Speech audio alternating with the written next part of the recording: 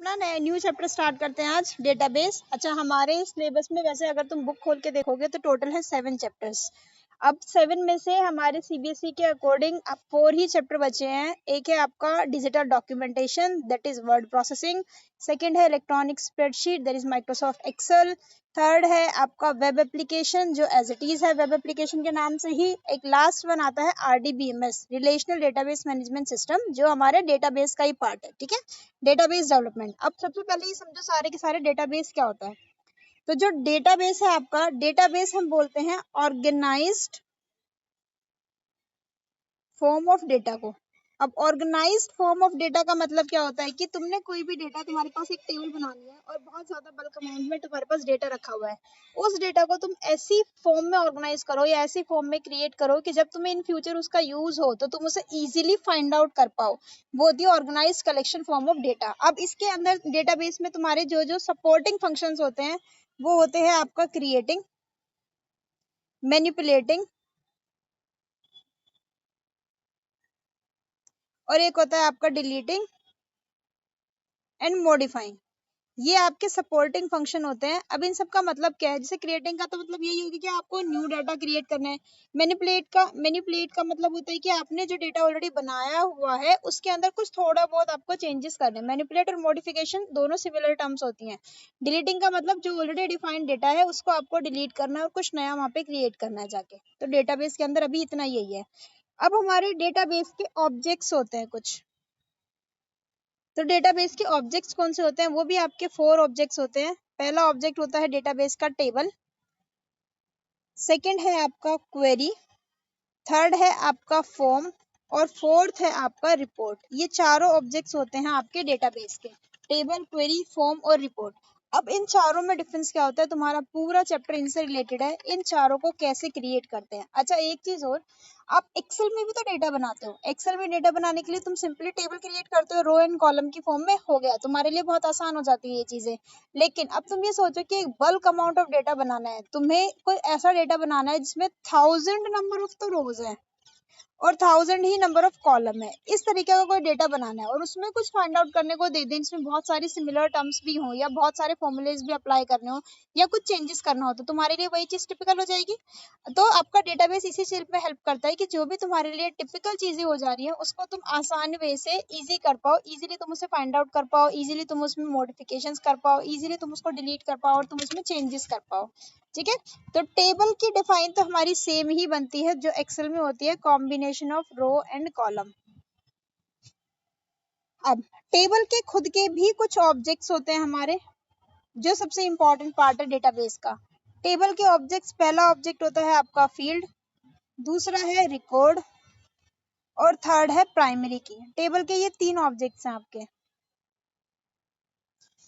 Field, record और primary key. Field stands for column, record row या फिर tuple, TUPLE। Sorry. Primary की 2 words define होती है, यूनिक की और नेवर बी नल। इसका मतलब क्या हुआ? तुमने एक ऐसी टेबल बनाई जिसके अंदर कोई एक कॉलम, अब तुम डेटाबेस में कॉलम और रो वर्ड यूज नहीं करोगे, तुम यूज करोगे फील्ड और रिकॉर्ड वर्ड। ये सिग्निफिकेंस है तुम्हारे डेटाबेस के, ये चीज ध्यान रखो। तो जहां पे भी तुम्हारी फील्ड और रिकॉर्ड, कोई ऐसा होना चाहिए जो एक दूसरे से कभी भी मैच नहीं करता हो। जैसे अगर तुम लोग अगर अपने बारे में सोचो, मुझे क्रिएट करनी है लेट्स सपोज की 10A1 और किसी और सेक्शन की लगा लो, चलो 10A2 लगा लो, इन दोनों की मुझे कोई भी लिस्ट क्रिएट करनी है, हर एक कॉलम सेम है मेरा, हर एक चीज सेम है। ऐसा भी हो सकता है कि एक से ज्यादा स्टूडेंट के नेम भी आपस में सेम हो, एक ही सेक्शन में भी सेम हो सकते हैं। तो तुम्हारे पास ऐसी क्या आइडेंटिटी बचती है जो तुम्हारे अलावा पूरे स्कूल में किसी की भी सेम नहीं होती? वो क्या होती है? तुम्हारी एडमिशन नंबर। यस बेटा, एडमिशन नंबर। तो तुम्हारे अलावा स्कूल में किसी का भी सेम नहीं होता, ना तो किसी प्रीवियस स्टूडेंट का, ना आने वाले फ्यूचर स्टूडेंट का, किसी का भी कभी सेम नहीं होगा। तो ये एडमिशन नंबर आपके केस में एक्ट करेगा एज अ प्राइमरी की, ये एडमिशन नंबर एक्ट करेगी।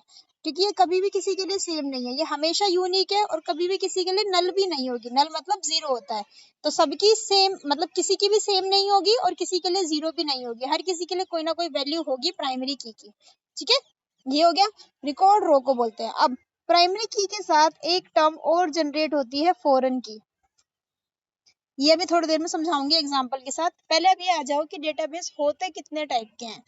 डेटाबेस हमारे बेसिकली 3 टाइप्स के होते हैं।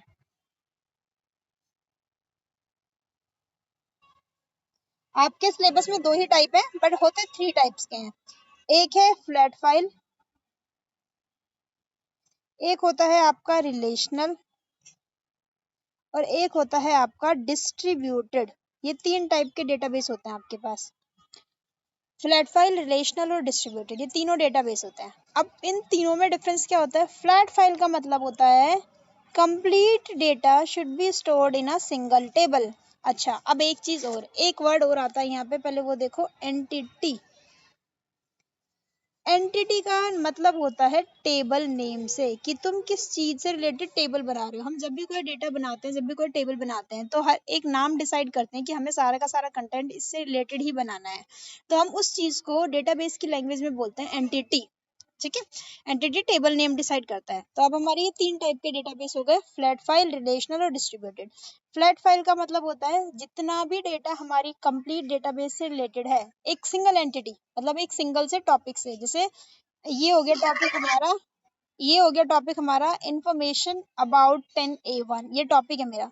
तो इस टॉपिक से रिलेटेड जो भी रो और कॉलम बनेंगे, जो भी फील्ड और रिकॉर्ड्स बनेंगे, वो सारे के सारे मेरे स्टोर होंगे एक सिंगल टेबल में। एक सिंगल एंटिटी बनेगी और सिंगल टेबल बनेगी। तो complete data should be stored in a single table related to a single entity, वो फ्लैट फाइल की डिफाइन होती है। अब इसमें चाहे तुम्हारे 1000 कॉलम और 1000 रो बन जाए, चाहे 10,000 बन जाए, कितने भी बन जाए, पर पूरा का पूरा डेटा एक ही जगह स्टोर होना चाहिए सिर्फ। अब बारी आती है रिलेशनल की। रिलेशनल और फ्लैट फाइल थोड़े से रिलेटेड है। कैसे? फ्लैट फाइल में आपने लेट्स सपोज 100 रोज बना दी और 100 ही आपने कॉलम्स बना दिए, 100 रोज और 100 कॉलम बन गई। अब रिलेशनल के केस में मैंने यहाँ पे 10 टेबल्स बना दी, 1 2 3, या लगा लो 3 ही बनाई है। एक में 40, एक में 30 और एक में 30, ये रोज मैंने बना दी ताकि ये मेरी डिस्ट्रीब्यूट हो जाए। ये मेरी कॉमन टेबल है जिसमें पूरी 100 रोज 100 कॉलम है। मैंने इसे 3 पार्ट्स में डिवाइड कर दिया। अब ये तीनों टेबल आपस में एक चीज से रिलेटेड होनी चाहिए, किसी भी एक फील्ड से रिलेटेड होनी चाहिए, ताकि मुझे पता चले कि हाँ भाई ये तीनों के तीनों टेबल जो है वो एक सिंगल एंटिटी से रिलेट करती हैं। तो इनके रिलेशन के लिए हम क्या ड्रॉ करेंगे? एक कॉमन फील्ड। अब वो कॉमन फील्ड कौन सा होना चाहिए हमारा? कॉमन फील्ड हमेशा होनी चाहिए प्राइमरी की। कॉमन फील्ड हमेशा प्राइमरी की होनी चाहिए। प्राइमरी की मतलब यूनिक की। आप जितनी भी टेबल डिस्ट्रीब्यूट करोगे related to a single entity, the table should be interrelated to each other with the help of a common field, और कॉमन फील्ड हमारी प्राइमरी की होनी चाहिए। अब डिस्ट्रीब्यूटेड की बात करें तो डिस्ट्रीब्यूटेड में डेटा हमारा स्टोर होता है एट अ मल्टीपल लोकेशन। एक ही डेटा हमारा मल्टीपल लोकेशन पे स्टोर होता है। कैसे? मीनिंग समझो। जैसे आपकी कंप्लीट इन्फॉर्मेशन स्कूल में जो स्टोर्ड है वो है एडमिन ऑफिस के पास। ठीक है, एडमिन ऑफिस में जो सिस्टम रखा है उसमें आपकी सारी इन्फॉर्मेशन है। योर डिटेल्ड इन्फॉर्मेशन, आपके मार्क्स रिलेटेड इन्फॉर्मेशन, आपकी फी रिलेटेड इन्फॉर्मेशन, आपकी पर्सनल इन्फॉर्मेशन, कैसी भी है। बट अब जब आगे आगे बात आती है, मान लो ये अकाउंट ऑफिस का सिस्टम है, तो इनके पास केवल फीस रिलेटेड इन्फॉर्मेशन है। ये हमारा सिस्टम है तो हमारे पास मार्क्स रिलेटेड इन्फॉर्मेशन है। ये कोई और सिस्टम है जिसके पास बस पर्सनल इन्फॉर्मेशन है, लेकिन सारी इन्फॉर्मेशन इसके पास है। इसे हम बोलते हैं सर्वर। डिस्ट्रीब्यूटेड में क्या होता है? Complete data related to a single entity should be stored at a server, and server distributed the data on multiple location. Server उसे मल्टीपल लोकेशन पर डिस्ट्रीब्यूट कर देता है। अगर मैं यहाँ कुछ अपडेट करती हूँ तो वो यहाँ ऑटोमेटिकली अपडेट हो जाएगा। आप कहीं पे भी कुछ भी अपडेट करो, वो सर्वर पे अपने आप अपडेट हो जाएगा, क्योंकि सर्वर आपका सेंट्रलाइज सर्वर है जो सबके साथ कनेक्टेड है। तीनों में डिफरेंस समझ आया? फ्लैट फाइल, रिलेशनल और डिस्ट्रीब्यूटेड। प्राइमरी की और फॉरेन की मैं आपको बता रही थी। अब देखो प्राइमरी की और फॉरेन की अब कैसे डिफाइन करोगे। लेट्स सपोज ये एक टेबल है, ठीक है, ये मेरी कस्टमर रिलेटेड टेबल है, और ये मेरी सेल्स रिलेटेड टेबल है। इसमें जो मेरी यूनिक है कि वो मैंने कस्टमर आईडी बना दी, तो कस्टमर आईडी इसमें भी बनाऊंगी। इस टेबल की ये हो गई मेरी प्राइमरी की, लेकिन इस टेबल की जो प्राइमरी की है वो होगी मेरी फॉरेन की। डिफाइन क्या बनती है? When your primary key act as a reference for another table. जब भी हमारी प्राइमरी की एक रेफरेंस की तरह एक्ट करती है किसी और टेबल के लिए, तब हम उस प्राइमरी की को नाम देते हैं फॉरेन की का। डन। इस टेबल की जो प्राइमरी की होगी, अगर हम उसे इस टेबल में भी यूज करते हैं तो वो हमारी प्राइमरी के प्लेस पे क्या पर्सन होगी अब? फॉरेन की, क्योंकि इसकी प्राइमरी की इसके लिए सिर्फ एक रेफरेंस का काम कर रही है। तो when your primary key act as a reference for another table, तब हम उसको बोलते हैं foreign key. Clear to everyone? Primary key foreign key में भी डिफरेंस समझ में आ गया? देखो, हमारे इसमें क्या होता है कि हमारे इसमें अलग अलग डेटाबेस में अलग अलग टाइप के फील्ड्स होते हैं। मतलब जैसे तुम टेबल बनाते हो, तो टेबल बनाते टाइम अलग अलग टाइप के डेटा को एंटर कराते हो। डेटा को एंटर कराने का मतलब क्या है? कहीं पे तुम न्यूमेरिक वैल्यू लिखते हो, कहीं पे तुम टेक्स्ट वैल्यूज लिखते हो, कहीं पे तुम्हें दोनों यूज करनी पड़ती है, कहीं डेट लिखी जाती है, कहीं टाइम लिखा जाता है। तो हर एक चीज के लिए डेटा टाइप अलग अलग होता है। तो जैसे हम बात करें, तो अगर कोई अल्फाबेटिक वैल्यू है तो उसका डेटा टाइप होता है टेक्स्ट। जैसे ये एक टेबल है, मैंने पहला कॉलम बनाया नेम, सेकंड कॉलम बनाया रोल नंबर, थर्ड बनाया तुम्हारे मार्क्स से रिलेटेड, और यहाँ पे बनाया मैंने डेट का कॉलम कि किस डेट को हमारे एग्जाम हुए थे। ठीक है।